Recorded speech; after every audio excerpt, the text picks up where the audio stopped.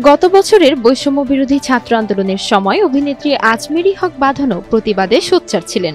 শুধু সোশ্যাল মিডিয়াতেই নয়, তিনি রাজপথেও নেমেছিলেন। ঐতিহাসিক জুলাই আন্দোলনের বর্ষপূর্তিতে আবারও সরব হলেন বাঁধন। এবার তিনি জুলাই আন্দোলনকে জীবনের সবচেয়ে বড় গুরুত্বপূর্ণ ঘটনা বলে অভিহিত করেছেন।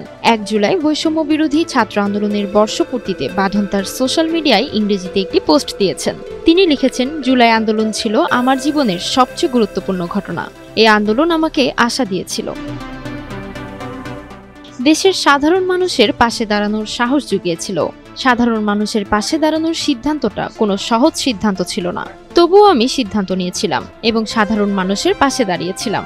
কোনো কারণ ছাড়া মানুষকে গ্রেফতার করা হচ্ছিল, নির্দোষ মানুষ প্রাণ হারাচ্ছিল, রিয়ামনির মতো ছোট ছোট শিশুরা জীবন দিয়েছিল, কিন্তু তারা বুঝেই উঠতে পারেনি কেন জীবন দিচ্ছে।